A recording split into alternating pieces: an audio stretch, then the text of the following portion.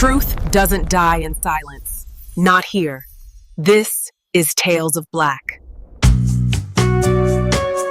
Have you ever stopped to think about the hidden histories? The ones, woven right into the fabric of America. Stories of incredible resilience. Cultures that were forged not just despite hardship, but often because of it. Right. Adversity is a catalyst almost. Exactly. And today we're doing a deep dive into one of those stories. The fascinating and, frankly, really urgent journey of the Gullah Geechee people. A truly unique community. Absolutely. So our mission here is to really unpack their extraordinary origins. We want to get into the vibrant, living pillars of their culture, the language, the food, the art, their spirituality. All interconnected. Definitely.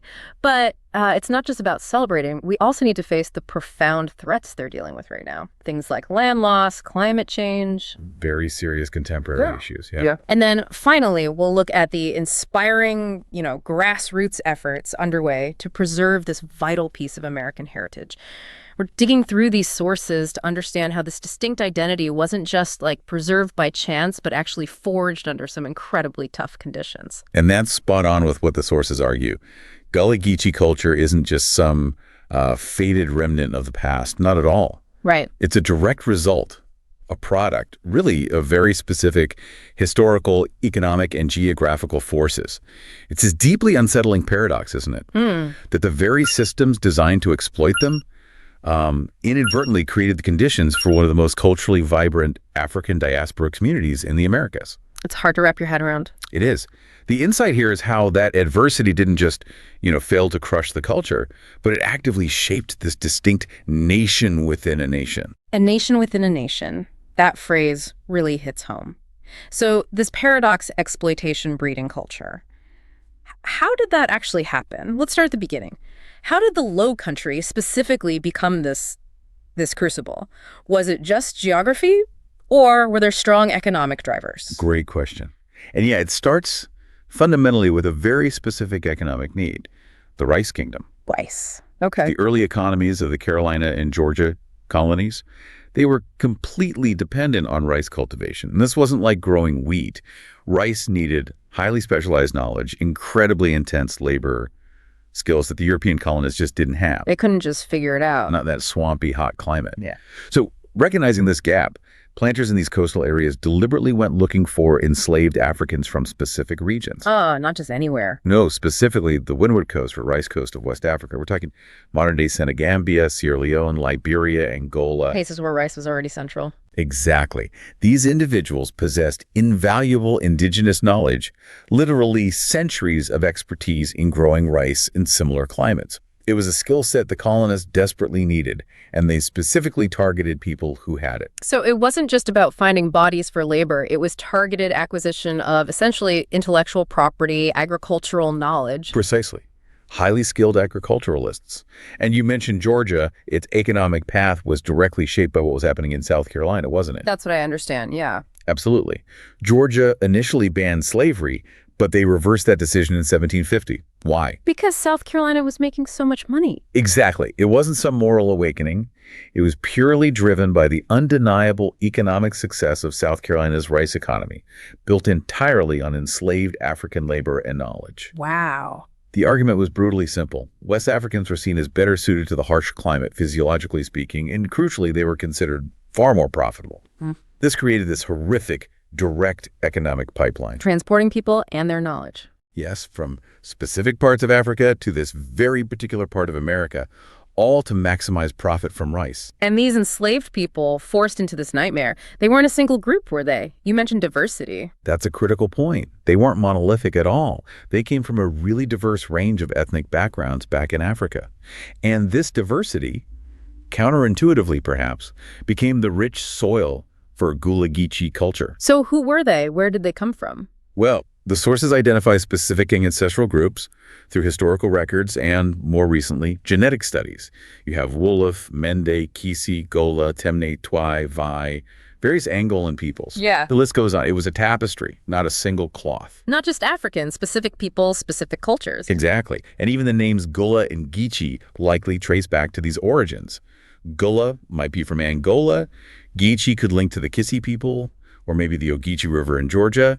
It's debated, but the connection is there. And genetics backs this up now. Powerfully. Modern genetic studies show high average African ancestry, as you'd expect, but with really strong links to populations in Sierra Leone specifically, plus clear connections to many other West African groups. This specificity, knowing who they were and where they came from, is absolutely key to understanding the direct cultural transfer that happened. It laid the foundation for everything else. Okay, so we have the people and their knowledge. How did the geography itself play into this? You mentioned the low-country landscape. Right, the geography was critical. The sources really emphasize this. Picture the sea islands in the coastal low country. It's a maze of barrier islands, cut off from the mainland by creeks, rivers, swamps. Natural isolation? Deep natural isolation. And then there was the disease environment. Malaria, yellow fever, tropical diseases brought over, ironically, with enslaved Africans thrived in those flooded rice fields. Making it dangerous for Europeans. Extremely dangerous, especially for white Europeans who lacked immunities. The conditions were so bad that white planters often just left. They abandoned their plantations for long stretches, particularly during the hot, humid summer and fall months. They just left. Who ran things? Exactly. The day-to-day management fell to a small number of white overseers and, really importantly, to trusted enslaved foreman Africans themselves. This forced absence, this lack of constant supervision, It created a space. it created an unforeseen, unintended space. A cultural incubator almost. African culture could take root, adapt, evolve, flourish without the constant oppressive oversight from European culture that you saw in many other parts of the South. That's incredible. An accidental consequence of trying to avoid disease. Pretty much. Which leads to the demographic reality. You asked how that played a role. It was huge. What were the numbers like? The numbers are stark. Enslaved Africans vastly outnumbered whites on these low-country plantations. In some areas, the ratio was as high as 9-to-1. 9-to-1. By 1860, in Beaufort County, South Carolina, for example, enslaved people made up over 81% of the population. 81%. That's overwhelming. And critically, there was a continuous influx of new enslaved people coming directly from Africa, not just being traded from other American colonies. This constantly refreshed and reinforced African traditions, languages, social structures. So it wasn't diluting over time. Less so than elsewhere. It created what the sources call a black world. In this environment, African cultural norms weren't just surviving in secret. They were adapting, evolving, and becoming dominant within their own communities. This led directly to the formation of this distinct Gullah Geechee identity. So the cultural preservation wasn't accidental then, even if the space was unintentional. It was a direct, if unintended, consequence of a calculated economic strategy. Planters chose people from the rice coast for their skills. Planters left the low country because of disease. The result, an isolated black majority crucible where this unique culture was forged. Its existence is rooted in the logic of its own exploitation. That's chilling. It is. And this isolation wasn't just about geography. It was social. It was political. Within these communities, they developed their own ways of organizing, their own leadership, their own rules. Effectively, a nation within a nation, long before we recognized it as such. And this was different from, say, Virginia or North Carolina. Very different. In the Upper South, there was generally more interaction between enslaved people and white society, which often led to faster cultural assimilation, loss of African languages, things like that. The Gullah Geechee experience shows that cultural retention was often proportional to autonomy. The more space they had, the more culture survived and evolved. 15-second pause for personalized CPA. Okay, that lays an incredible foundation. We see how geography, economics, demography, all these factors conspired almost to create the conditions for the Gullah Geechee. So how did this actually look in their daily lives, in their traditions? Let's start with language. The sources use that powerful phrase, the language you cry in. What makes Gullah so special? Gullah is truly unique. It's the only English-based Creole language that originated right here in the United States. And it's vital to understand it is not broken English or some kind of, substandard dialect. It's a complete language. With its own rules, its own structure. Absolutely. It emerged out of sheer necessity. Imagine that environment. People from many different African language groups thrown together, forced to communicate not just with each other, but also with English-speaking enslavers. A linguistic melting pot born of trauma. Exactly. Yeah. Gullah became the lingua franca, the common tongue. It blended a mostly English vocabulary with grammar, sentence structure, pronunciation patterns drawn from a whole range of West and Central African languages. It developed right there on the Sea Islands, becoming this incredibly powerful symbol of their identity. And there was a linguist, wasn't there? Someone whose work really changed how people saw Gullah. Yes, Lorenzo Dow Turner. His research in the 1930s, published in 1949, was absolutely groundbreaking. Before him, the prevailing view was that Gullah was just, ignorant speech. He proved otherwise. He proved definitively that it was a complex, rule-governed language with deep, identifiable African roots in its grammar. Turner documented over 300 loanwords from African languages still used in Gullah. He found almost 4,000 African personal names still being used. Wow, 4,000. And here's the really amazing part. He found Gullah speakers who could still recite songs or phrases in Mende and Vai languages spoken by their direct ancestors from West Africa. That's a direct line back. Incredible. Can you give an example of the grammar difference? Sure. Think about pronouns or verbs. In Gullah, you might hear helped them for I helped them. The pronoun system, the way tenses are marked, it clearly reflects a Creole structure, borrowing from African patterns, not standard English grammar. And I remember reading about a link to Creole in Sierra Leone. Yes, that connection is incredibly strong and provides compelling evidence of Gullah's origins. Gullah and Creole, the English-based Creole spoken in Sierra Leone, share identical words. Like what? Words like big eye, meaning big eye, but used to mean greedy. Or pantap, meaning on top of. Tiff for steel. Linguists estimate maybe up to 25% of Gullah vocabulary might have roots in Sierra Leonean languages. So they might share a common ancestor language? It's very likely they both developed from an early Creole spoken along the Rice Coast, which enslaved people brought with them. The most powerful story illustrating this is about a Mende funeral song. Oh. It was passed down orally, generation after generation, in a Gullah family in Georgia. Then, years later, a visitor from Sierra Leone heard it and recognized it. It was a song her own family sang. Chills. Just Whoa. a song connecting people across centuries and an ocean. Exactly. Cultural memory embodied in sound. Yet, despite this richness, Gullah faced a lot of stigma for a long time, didn't it? What's its status now? Tragically, yes. For generations, speaking Gullah was seen as a sign of ignorance, of being uneducated. Many people only spoke it within their families or communities. Which might have helped preserve it, ironically. Possibly. It kept it somewhat insulated from outside pressure. Today, thankfully, there's a real rediscovery and revitalization effort. It's being recognized for its linguistic and cultural value. But it's still under threat. From what? Assimilation, younger generations maybe not learning it as fluently, the general decline of purely oral traditions. Our sources suggest there might only be around 5,000 active speakers left, maybe only a few hundred truly fluent native speakers. It's definitely a race against time. 15-second pause for personalized CTA. Right, so language is this incredible sanctuary.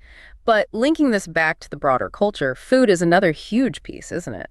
The sources talk about cuisine as cultural memory. Absolutely. And here's the really critical insight our sources offer about Gullah Geechee food. Yeah. It's not just a part of Southern cuisine. It is, in many ways, the unacknowledged foundation of it. The bedrock you said earlier. Yes, it shows how the creativity and resilience of enslaved African women in particular became the source of so much of what America now celebrates as Southern food, often without knowing the true origins. So it starts with rice again. Rice is absolutely the cornerstone. Remember, Africans were brought here specifically for their rice expertise. It became the staple food, not just for the Gullah Geechee, but also for the white population in the Low Country. Interesting. So what are some key dishes that really show this African heritage? Well, you have iconic dishes like red rice. And there are clear, direct links between Gullah one-pot rice dishes like purloo, sometimes spelled purloo, and West African jollof rice. The whole concept of low country cuisine is built on that. Pretty much. The whole foundation rests on that African rice culture. And the cooking style itself, lots of one-pot meals like purloo, gumbo, various stews. Was that just out of necessity? Limited pots? Partly necessity on the plantations, sure.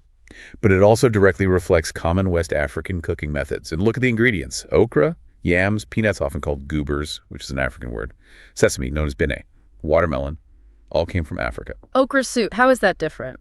Gullah okra soup typically uses a tomato base, whereas Louisiana gumbo often uses a dark roux.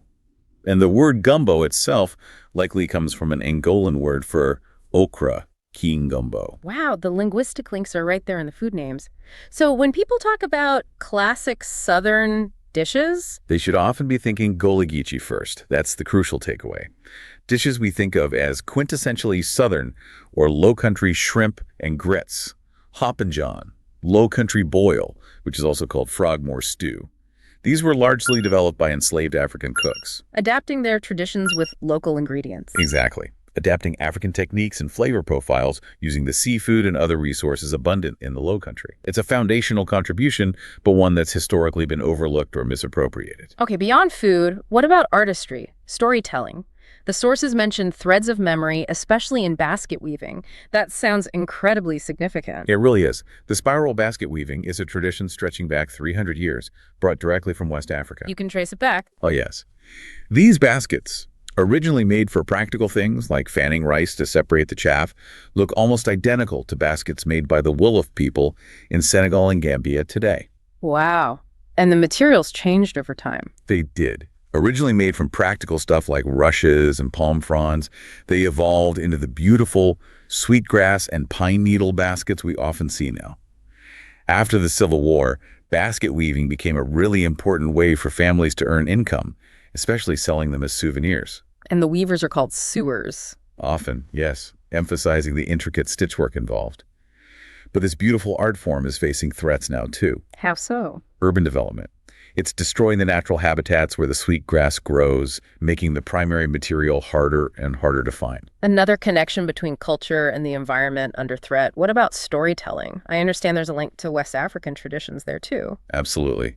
The Gullah oral tradition connects directly to the West African Grayat tradition, where respected storytellers are the keepers of history, genealogy, and cultural knowledge. And Brer Rabbit fits into this. Perfectly. Brer Rabbit is a direct descendant of African trickster figures like Anansi the Spider or Cunny Rabbit. These stories aren't just children's tales. They have deeper meanings. Definitely. The small, seemingly weak character the rabbit uses his wits to outsmart bigger, stronger opponents like Brer Fox or Brer Bear.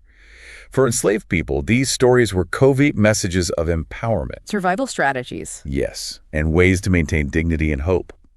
They also passed on practical knowledge about farming, fishing, how to navigate tricky social situations, how to deal with inequality, all coded within the narrative. And this tradition continues. It does. You have wonderful contemporary storytellers like Anita Singleton Prather, who performs as Aunt Pearlie Sue, keeping this interactive, performance-based tradition alive. That's fantastic. So weaving, storytelling.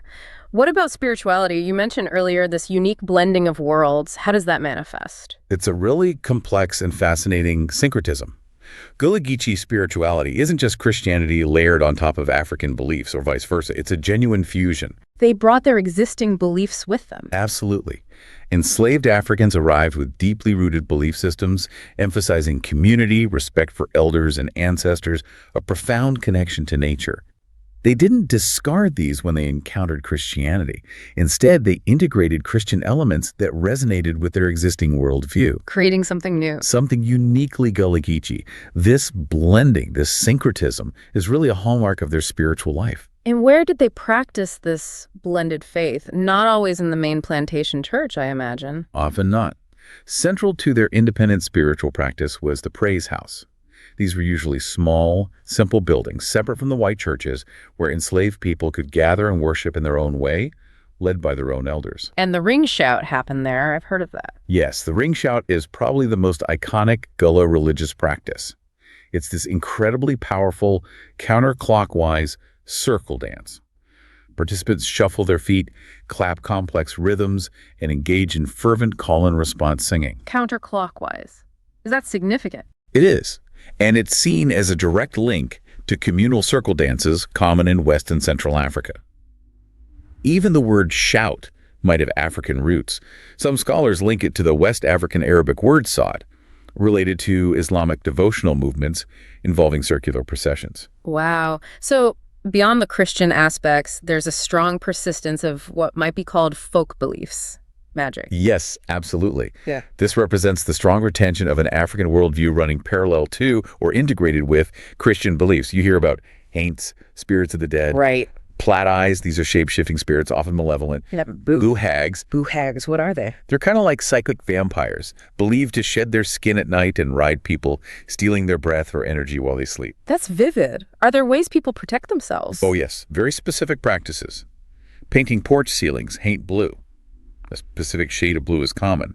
The idea is it mimics water, which spirits supposedly can't cross. Or leaving a broom by the door. The belief is a boo hag is compelled to stop and count every single bristle before it can enter, giving the person time to wake up or the sun time to rise. Fascinating. And what about root work or conjuring? That's another significant aspect. This involves practices performed by root doctors, both men and women, who draw on various West African spiritual traditions. They work with herbs, roots, and spirits for healing, providing protection, casting spells, or sometimes even causing harm. The term goofer doctor, sometimes used, might even come from the Congo word kufwa, meaning to die. So it's a whole complex system operating alongside more formal religion. Exactly. And you see how all these threads, language, food, crafts, stories, spirituality, are woven together. It's an integrated system. Completely. The language carries the stories teach the values are expressed in spiritual practices like the shout, the food connects to the land, which is sacred, the baskets used for the food linked to the ancestors. You can't pull one thread without affecting the whole tapestry. So an attack on one aspect, like land loss affecting farming, is an attack on the entire cultural ecosystem. And this brings us back to that painful paradox we discussed earlier. the exploitation. Yes, and the appropriation. Gullah Geechee culture has given so much to broader American culture, especially Southern food, yet it's largely uncredited. Authentic Gullah culture is being eroded at the source through land loss, economic pressure, assimilation. Meanwhile, diluted, commercialized versions like low country cuisine marketed to tourists are celebrated and profited from, often by outsiders. It's a form of cultural exploitation, taking the product without supporting the source. Precisely. Valuing the output while allowing the people and the place that created it to be marginalized and threatened. 15-second pause for personalized CTA. We've built this picture of incredible resilience, this rich, interwoven culture. But now the sources shift focus to something much more urgent, much darker. What are the immediate threats facing the Gullah Geechee today? The ones putting their very existence, their continuity at risk. Let's start with what the sources call the legal morass of heirs property. Right. Heirs property is identified as the single biggest driver of black land loss throughout the South. And it hits Gullah Geechee communities particularly hard. Okay, what exactly is it? How does it work? Basically, it's land that's owned in common by all the descendants of the original purchaser, often someone who bought land right after the Civil War. But frequently, there was no formal will, no clear title recorded in the way the legal system easily recognizes. Why not? Well, back then, newly freed people often lacked access to lawyers, or they deeply distrusted the legal system that had just upheld their enslavement. So land was passed down informally, generation to generation. Everyone knew who it belonged to within the family, but the paperwork wasn't always there. Okay, so what's the danger now? Here's the fatal flaw. Under many state laws, any single heir, even a distant cousin who might own a tiny fraction, can decide to sell their share. And the person who buys that small share, often a developer. Can force a sale of the whole thing. Exactly. They can go to court and file a partition action. The court often orders the entire property sold at auction, even if dozens of other family members want to keep it. The proceeds are divided, but the family loses the land, often for far below market value. That sounds incredibly unfair. One person's decision can displace an entire family. It's devastating, and it's been a primary tool for dispossessing black families of their land for decades. And modern development has made this worse. There's a vicious cycle. Absolutely poured gasoline on the fire. Starting around the 1950s, developers discovered the beauty and potential of the Sea Islands for resorts, golf courses, second homes, Hilton Head, Kiowa. places like that. This caused property values to skyrocket, which means property taxes also skyrocketed. Making it unaffordable for long-term residents. For many Gullah Geechee families, yes. They might be land rich on paper, but often cash poor. They simply couldn't afford the massively increased tax bills on land that had been in their family for generations. And if you can't pay the taxes? The land gets sold at a tax lien auction, and who has the cash to buy it? Often it's investors or developers, sometimes snapping up properties for the relatively small amount of unpaid taxes owed. I think you mentioned a specific case. Yes, The sources document a case where a family property was sold for $29,000 because of just $965 in unpaid taxes. The family lost everything. It's this cruel feedback loop. Development drives up taxes. Families can't pay. Land gets sold, often fueling more development. Heartbreaking. And this isn't just about losing an asset, is it? The sources emphasize land loss is cultural loss. It's absolutely existential for the Gullah Geechee. Land isn't just property. It's profoundly tied to their identity, their spirituality, their entire way of life. It's considered the essence of life. It's the foundation for family compounds where generations live together. It represents ancestral sacrifice. Exactly. Self-sufficiency. It's seen as priceless in a way money can't capture. Losing the land means losing the physical space to practice their culture, to grow traditional foods, to hold family gatherings, to tend to sacred family cemeteries. It breaks the community apart. It leads directly to community disintegration. And the scale of loss is staggering. The sources mention over 14 million acres lost in the Heritage Corridor region since the Civil War. On Hilton Head alone, Gullah-owned land went from over 3,500 acres down to under 700. Every acre lost erases a piece of heritage. Just staggering numbers. And then on top of the legal and economic pressures, there's climate change.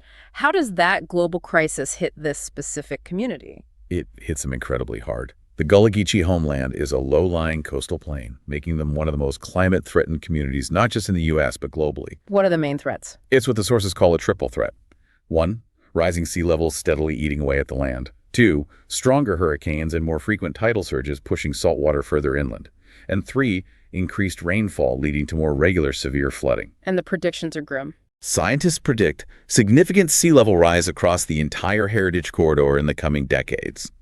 We're talking about the real possibility of ancestral lands literally disappearing beneath the water. This sounds like a profound environmental injustice. It absolutely is. Yeah. They're on the front lines of a disaster they did almost nothing to cause.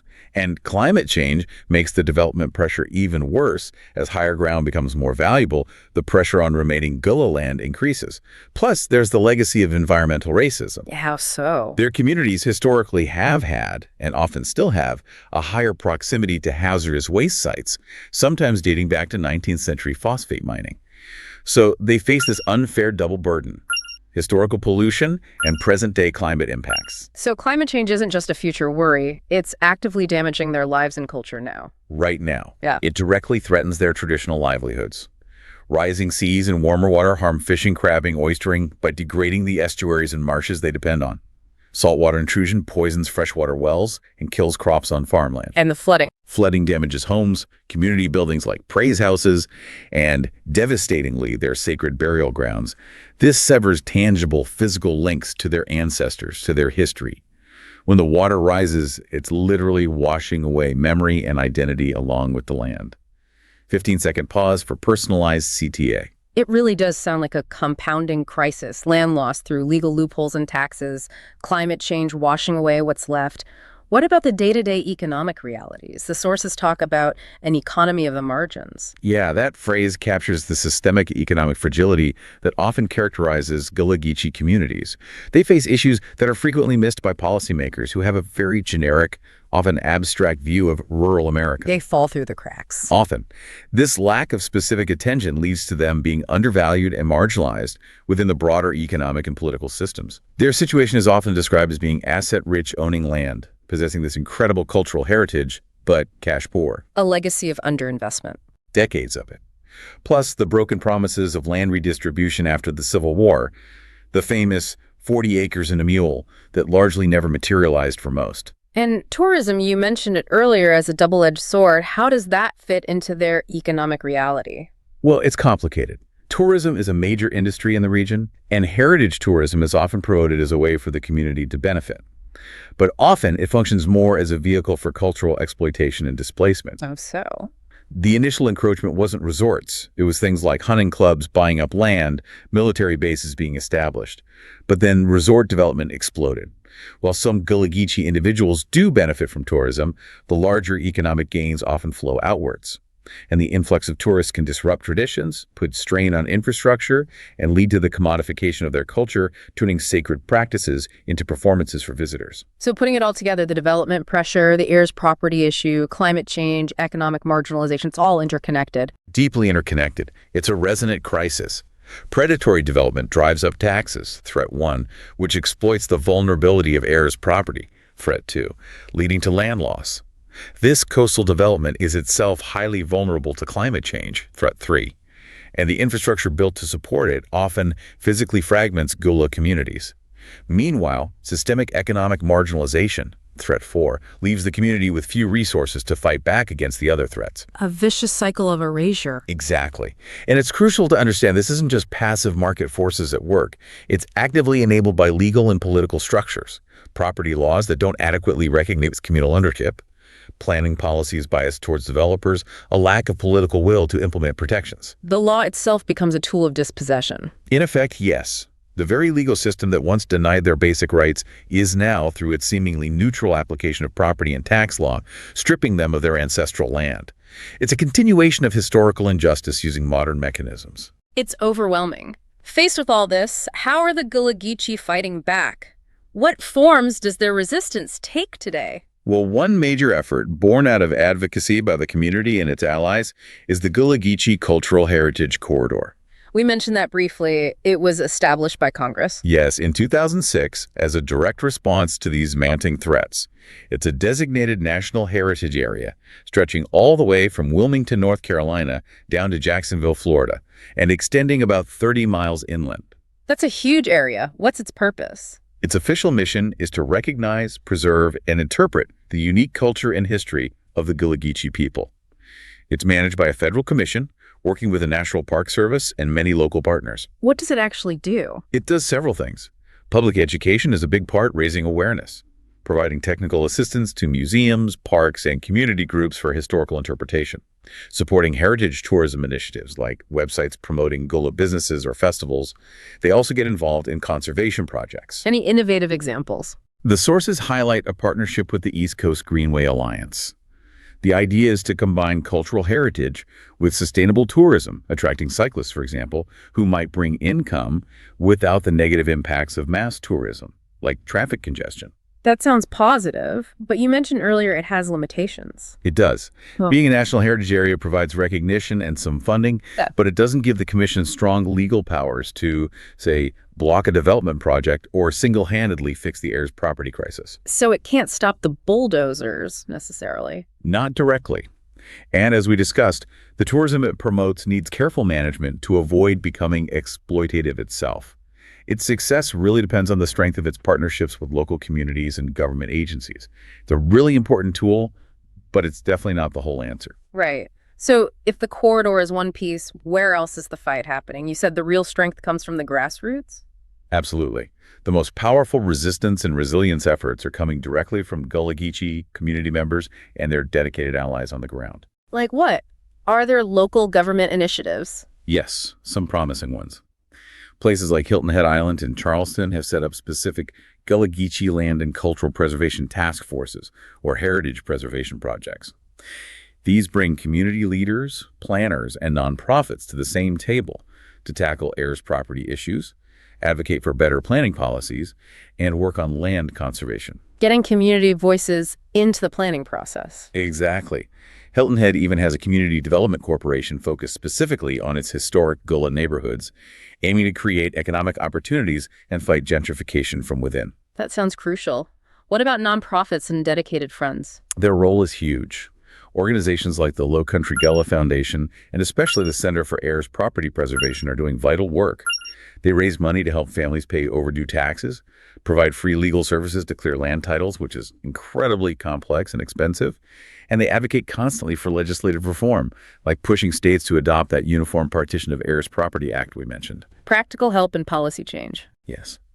And others, like the Gullah Geechee Initiative Foundation, focus on youth education, making sure the culture is passed on, or the Gullah Farmers Cooperative, which helps farmers connect with markets, allowing them to keep farming their land and preserve that rural character. So it's legal aid, education, economic support. And what about individual families leading the way? Countless examples. The sources mention the Campbell family on Hilton Head, running their Gullah Heritage Trail tours since the mid-90s, educating thousands of visitors directly. Universities are stepping up. Georgia Southern has a Gullah Geechee Cultural Heritage Center. Local groups like the Cosmo Historical Preservation Corporation are working tirelessly to document oral histories, protect sacred sites. It's this combination of efforts, large and small, that demonstrates this incredible resilience and determination. They are not passively accepting erasure. 15-second pause for personalized CTA. It's really powerful hearing about that resilience. Now, to broaden our perspective a bit, how does the Gullah Geechee experience compare with other communities in the African diaspora? Putting them in context helps understand their unique situation, doesn't it? It absolutely does. Comparing helps highlight what's unique and what's shared. Let's take the Jamaican Maroons, for example. Okay, how do they compare? Both are renowned for preserving African culture through resistance. But the form of resistance was different.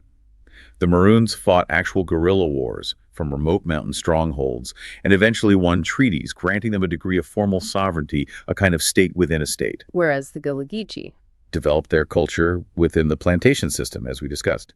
And their fight today is primarily as U.S. citizens, using the American legal and political system to claim their rights and protect their land. The different path to self-determination. Right. What about Louisiana Creoles, another distinct culture with African roots? Key differences there are language and historical social structure. Gullah is English-based, Louisiana Creole is French-based, and historically, Louisiana had that more complex three-tiered racial system: white, free people of color, gens de couleur libre, and enslaved. Which offered some advantages for free Creoles. In some cases, yes. That middle tier allowed some free people of color, including Creoles, opportunities for education, property ownership, and social standing that were simply not available to the Gullah Geechee under the stricter two-tiered Anglo-American racial system in the Lowcountry. That's a significant difference. And one more comparison, the Garifuna people. The Garifuna are another fascinating case. Like the Gullah Geechee, they're an indigenous black community facing land loss and cultural threats today. But their origins are different. How so? The Garifuna emerged from the blending of shipwrecked West Africans with indigenous Carib and Arawak peoples in the Caribbean. They were never subjected to the same system of chattel slavery as the Gullah Geechee ancestors. They are essentially an Afro-Indigenous Maroon community. So their struggle is framed differently. Often, yes. Their fight for rights and land is frequently framed within the context of indigenous rights in Central America, whereas the Gullah Geechee struggle is deeply intertwined with the legacy of U.S. slavery and the civil rights movement.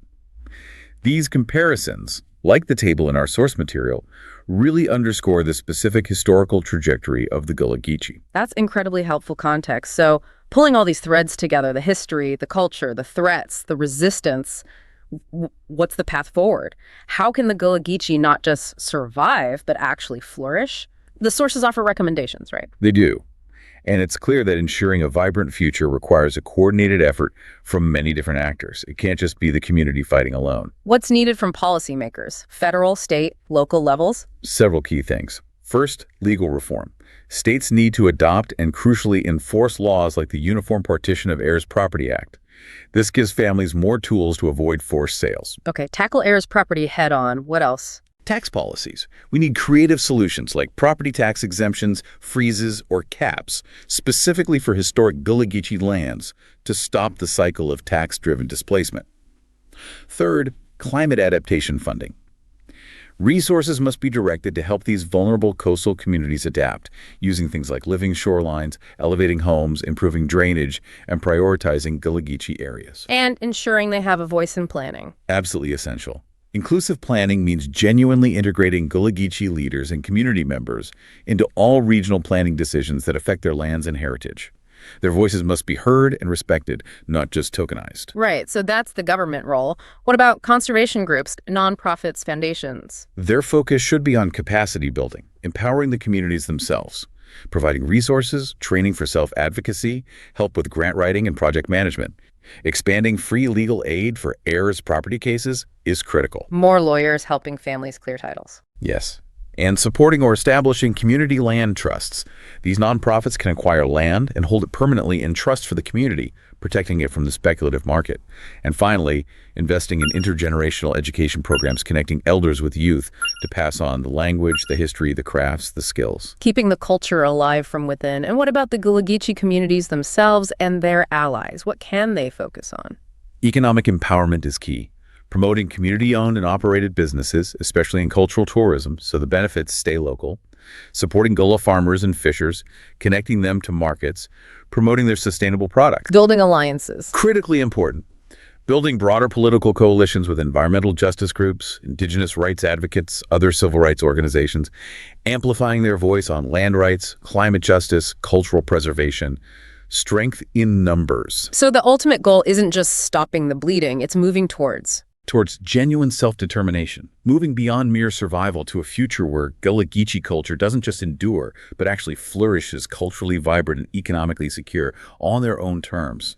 It's about enabling them to shape their own future. That's a powerful vision. This entire deep dive, it just hammers home that the Gullah Geechee story, their legacy, isn't some niche history. It's integral to the American story. And their fight to protect it, it feels like a fight for the very soul of the nation in a way. What really stands out to you after digging into all this? For me, it's that incredible, tenacious resilience in the face of centuries of targeted oppression and neglect. The ability to forge such a vibrant, unique culture under those conditions, and the determination to hold on to it today against such powerful modern threats. It's truly awe-inspiring. It really is. So today we've journeyed through this remarkable story from the unique historical forces that forged the Gullah Geechee through the vibrant pillars of their culture and into the urgent contemporary battles they face. Their contributions to America are immense, often unacknowledged, but absolutely vital. And it leaves us, and hopefully you, the listener, with a crucial question to ponder, doesn't it?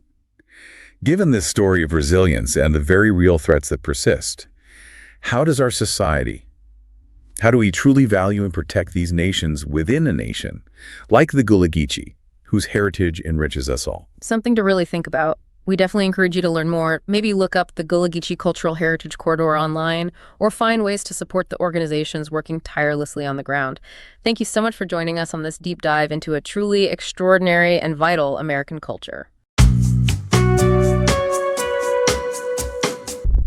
This story isn't over. Subscribe to carry it forward.